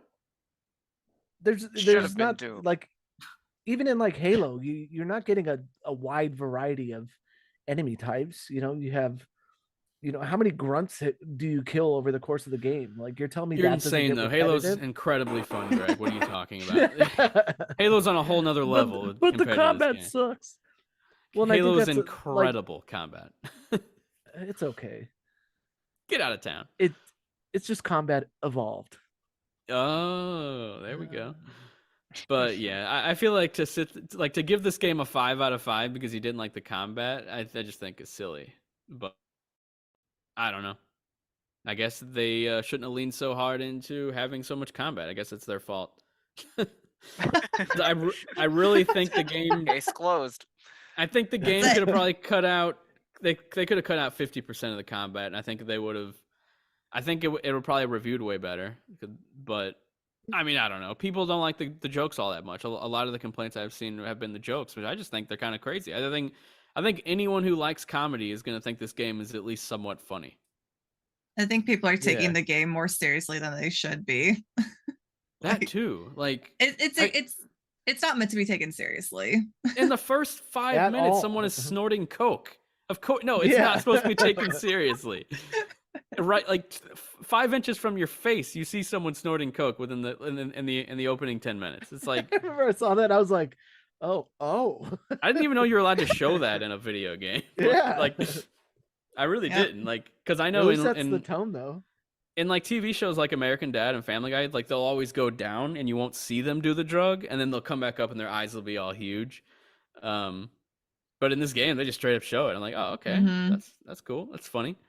So yeah, I think it's really funny, being a little too overly criticized, and the combat's I think it's really not that I think great. it's one observation is that it's like really intuitive as to like how players react or what players are willing to test, because there's like a lot of times where I made a decision that like, oh, I knew you were going to do that, or it's like they Mhm. say something that like that I've done solely on the with the purpose of like testing, like I wonder if it'll let me do this, or I Mhm. wonder what it'll, and it's like shit, it said exactly Yeah. what I thought it was going to do. Yeah. Or like even Yeah, I when was- you shoot that kid for the first time, Yeah, I if was you watching. chose to kill him.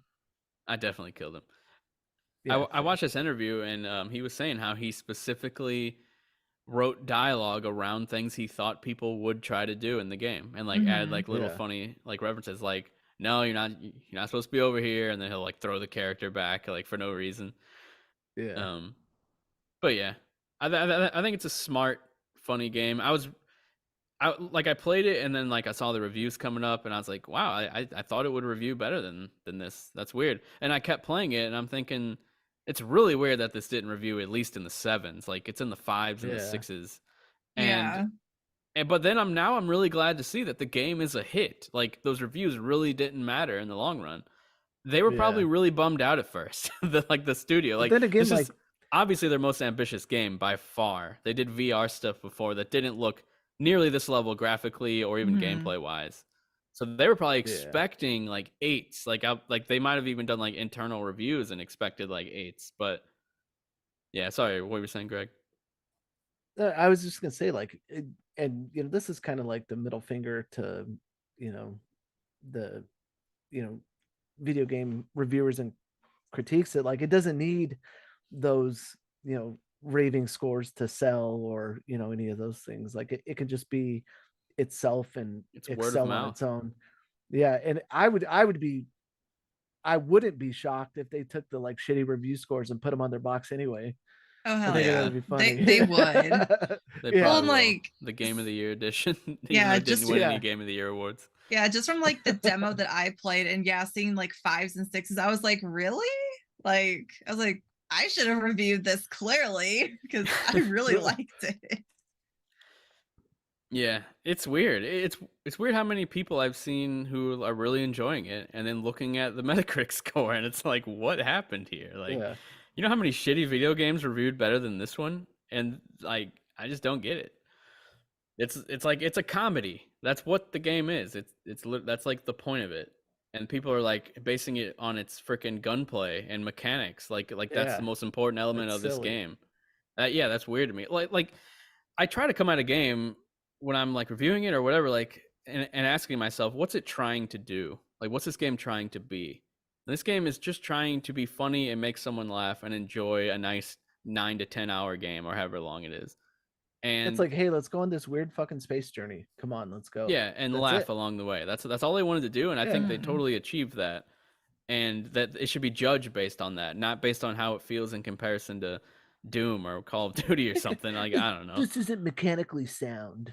Like, Yeah, get the exactly. fuck outta This is here. the exact words that I've seen, literally. It's like, of course it's not. It's a 50-person team who's done nothing but VR stuff, and it's a comedy game where they just talk about poop jokes and freaking crazy shit. I don't know. Yeah. All right, sorry. We talked about that for longer than I expected. This is a Nintendo podcast. It could I'm come sure- to Switch. Yeah, it will. Well, Yeah. I'm also playing some Nintendo games, but You want to talk about them or you want to skip? I just want to say the fact that I'm still surprised that there are matches to connect to on Mario Kart 8 on Wii U online still. Like Wow. I keep finding Oh, on Wii lobbies. U. Like, yeah. So Wow. me and my wife played one night, and like we got done playing, and she went off to bed, and I was like, oh, maybe I'll play another match or so online. And I played one, and then it's another. Oh, it's a different group of people, and I was like, and another, and I played like 20 matches, and I was like, damn, there's still people playing Mario Kart on Wii U. I'm very surprised. That's cool. Yeah, but there's no Yeah. double items. Come on.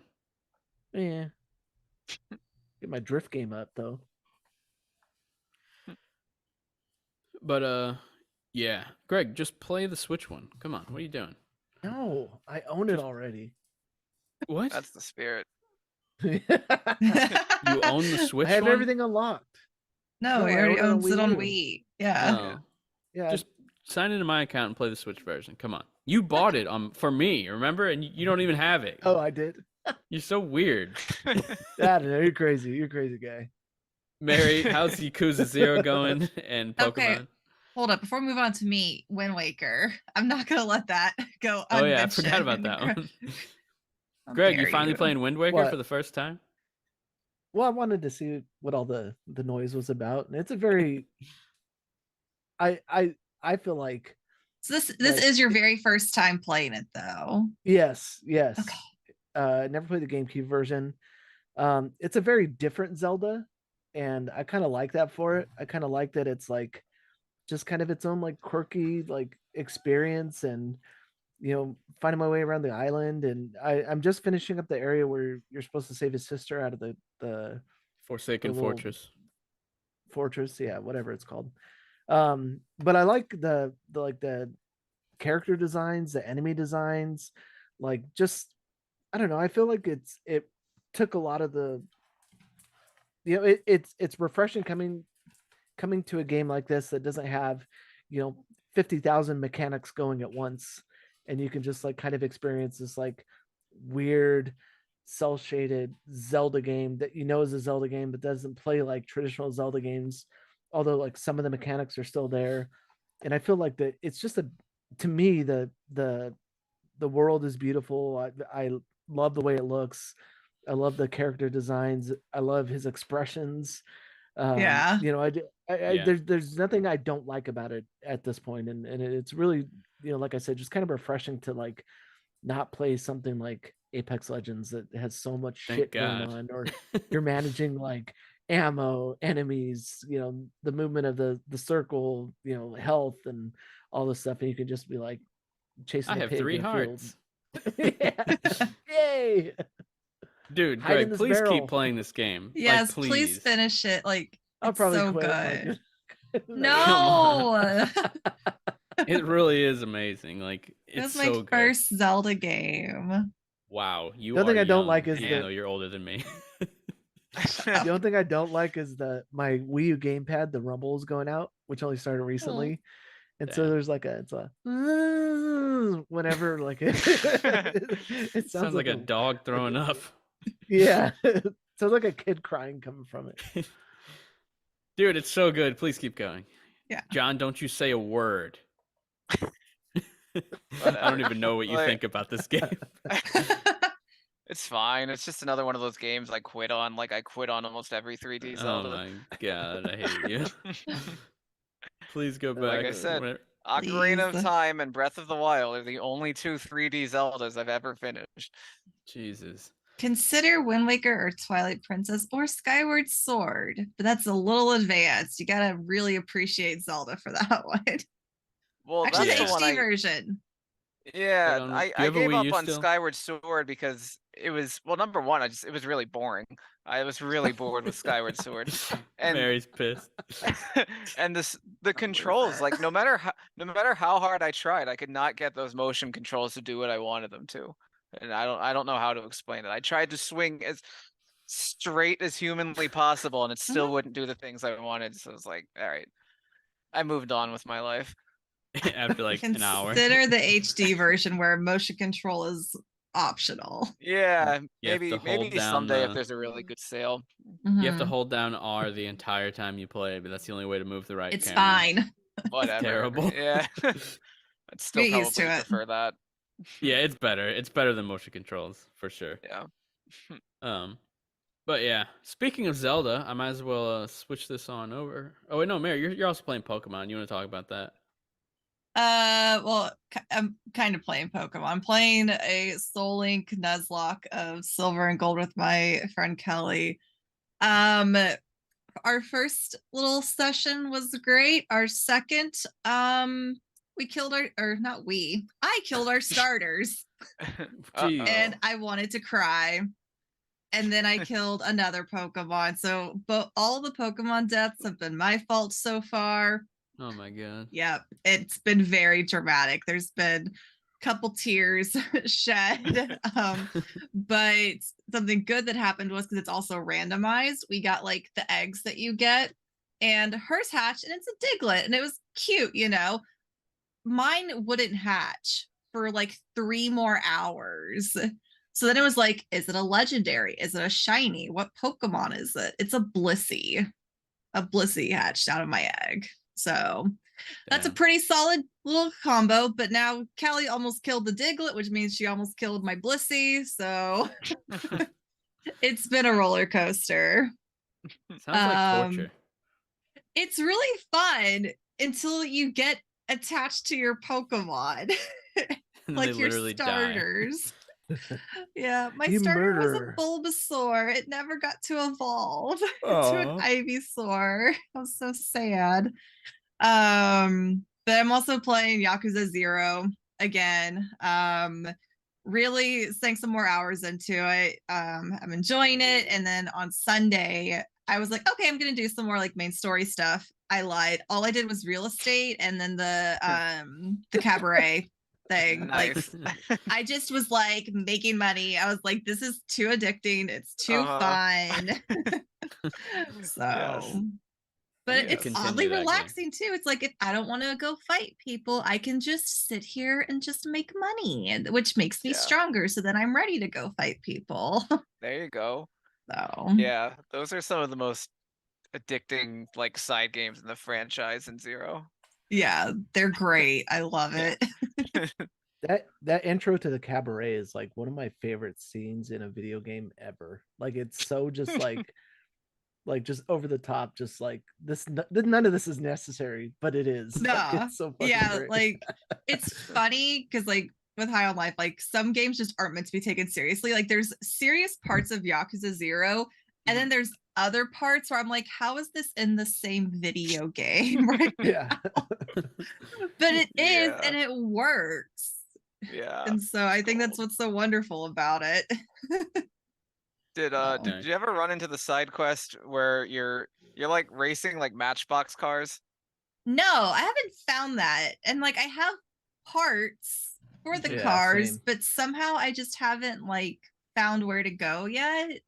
Okay. So I don't remember what triggers it anymore. I just remember that like when you actually do the racing, it's in like the kind of like the northwestish part of town. okay. It's near one of the like what they call the parks, I think, but it's not actually a park. It's just like Okay. one of those open spaces. Yeah. Yeah, but Okay. And yeah, you, you race cars sorry. with children. Nice. And lastly, you're still playing Axiom Verge. Yeah, I'm once again very lost though. I got unlost. And then like a huge plot twist thing happened. I got completely like mind fucked and I was like, what is happening? I did not expect this to happen in this video game. And now I'm lost again because it's just like, here you go, big plot twist. Go do something. And I'm like, okay, wait, but where? What am I supposed to go now? But still having fun with it. Good. Nice. I been playing 3 main games. We already talked about High on Life, which I think is really good so far. I'm going to continue that. And I also started the Big Goliath, Elden Ring. I never played it earlier this year, and I saw it for $40 on Xbox, and I was like, damn, it's not 40 on PlayStation, or else I probably would have bought it there because I know Brett prefers PlayStation, and he went halvesies with me on it, but we're going to save $20, of course, and we're going to go halvesies on Xbox where it was on sale, and he hasn't played it yet, but I've sunk probably 10 to 15 hours in it already, and it's super addicting. Like the game is addicting. Like I finally get the addiction of this game. It's because you're dropped in a world where you're so weak, and it makes you feel so inclined to get stronger and start learning new abilities and getting better armor and just learning the rhythm of the game and the combat and how the game is structured, the environments, the world. And I'm really into it right now. Like I don't want that to change. I'm hoping that I don't like hit a wall where it's like, okay, maybe this isn't for me. Because right now it actually has surpassed my expectations. Like I'm really liking everything that's going on. And I like that it's not as open-ended as you would think. Like you generally know what direction you're supposed to go for the golden path of the main story, but you don't really care about any of that because you need to just get stronger and you have to go explore, which is the fun. Like that's the fun of the game. And I thought it'd be cool to just tell a little story about what happened. I'll try and do it fairly quickly. So I see a staff glowing in a forest, and I'm like, what's that? So I go and check the staff. When I go to like mess with it, a ghost shows up and starts walking in a direction. And I'm like, okay, I guess I'll follow this guy. He keeps going into this creepy, very dark and scary forest. Suddenly there's bears everywhere. Literally bears. Not like some mythical monster, just bears. And they're just everywhere, like sleeping, rolling around, yawning, scratching on the tree. And I'm crouched, like walking through these woods with some creepy music playing. There's just bears everywhere, and I'm scared. And I finally end up further into the woods with this ghost. It stops at this house looking thing that's all tore down and stuff. And I go and look around the corner, and of course, the biggest bear of them all is sleeping right in front of the spot where the guy took me to. And I'm thinking, okay, I can try and fight this bear, or I can try and sneak past him and get whatever is down in that cellar, because he was like in front of a cellar door, basically. So I fail to sneak past him. He wakes up, but I get into the cellar where he's too big. He can't fit. He's clawing his way trying to get me, but he can't. And I get the item out of there. It was just something like raise 10% of all your charged attacks. Pretty useful overall. But now I'm stuck in the cellar, and there's this bear. And I'm like, all right, what's the plan? Escape here, run away, or do I try and fight this son of a bitch? So, of course, I try and fight it. I summon 3 wolves. It's me and 3 wolves against a giant bear in a scary forest. And we beat this bastard. We take him down after using every heal I own. That I was able to beat him barely. And then my wolves disappear because like they disappear like after a while. And I still hear howling. I'm like, that's weird. Why is there howling happening? My wolves aren't around anymore. So I'm like, oh, well, I guess I'll just move along. So I fast travel back to this shop. And the guy there, I talked to him. First thing he says, so you heard that howling, huh? I'm like, how the fuck did you know that? Sir, are you following me? So he says, yeah, that's what's his name? He said a random name. He's like, I think you two would get along. If you're interested, why don't you go back there and use this emote? He like literally gave my character an emote. It's a snap, like the snap of the finger. So I'm like, okay, now I'm intrigued. So I went back there, creeped my way past all the bears, snapped. A guy shows up. It's this big old dude. He's like, I got a job for you, son. We're gonna go take this guy down. And he's like, this guy's a total asshole. We're gonna go kill him. Little did I know, the asshole that he wants dead is the same asshole I want dead, because he killed me earlier in the game because I couldn't beat him. And I'm like, why is he so hard? This is literally impossible. There's no way I can beat him. So I left, but then now this guy also hates him.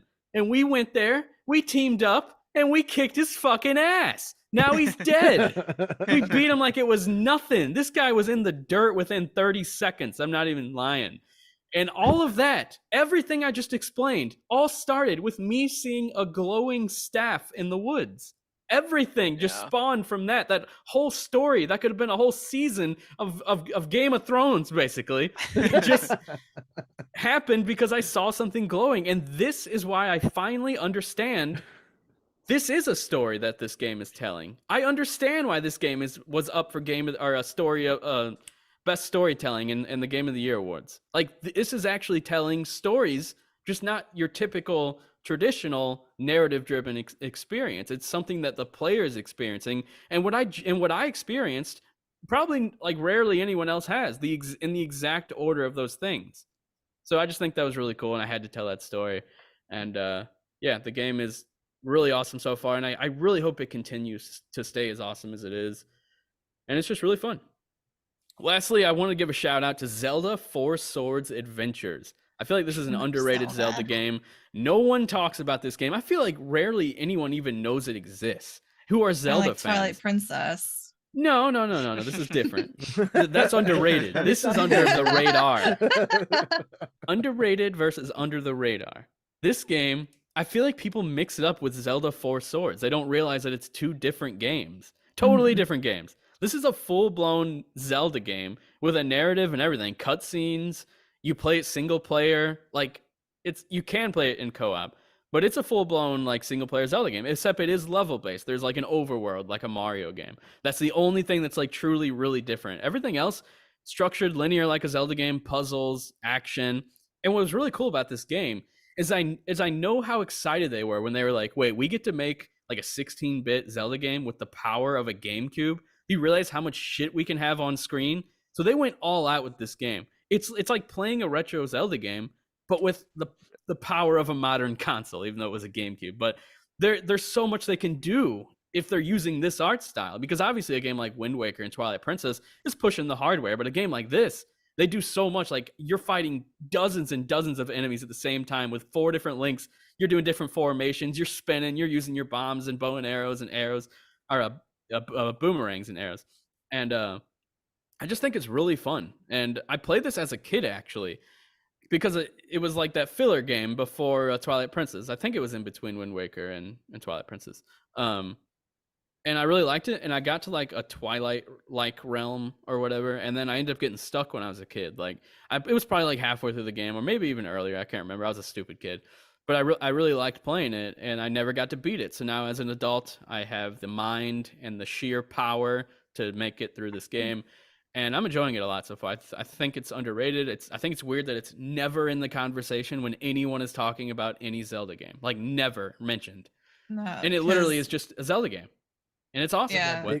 Big brain energy now. Yeah, it did come out. So Wind Waker had just come out before it, 4 Swords Adventures, followed by Minish Cap and Twilight Princess. So I feel like it gets lost in like those games, because like Wind Waker is like, people really love it. Twilight Princess also, well, actually at the time people hated Wind Waker. But then Twilight Princess came out and people loved Twilight Princess. And then Minish Cap is a very, very good game as well. So yeah, I feel like just it was followed by 2 very, very strong Zelda games. And yeah, like you said, people just kind of forget about it. Except nobody likes Twilight Princess, remember? Because nobody played it.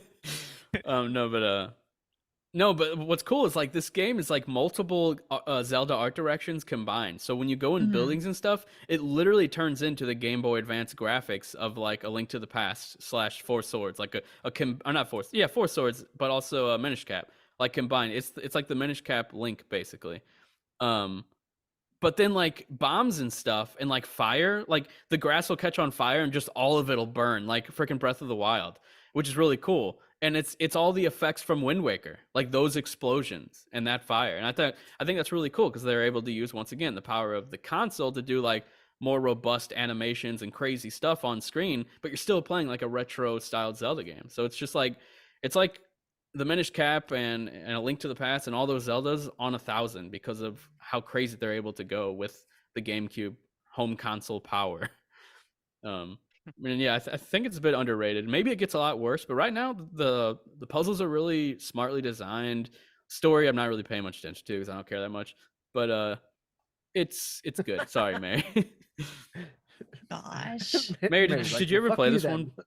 I haven't. It's one of the very, very few that I haven't played. I think, dude, I actually, you know what? Start it right now. Start it right now after this podcast. I think I've So decided right you're going now, to boot play. it up during the podcast.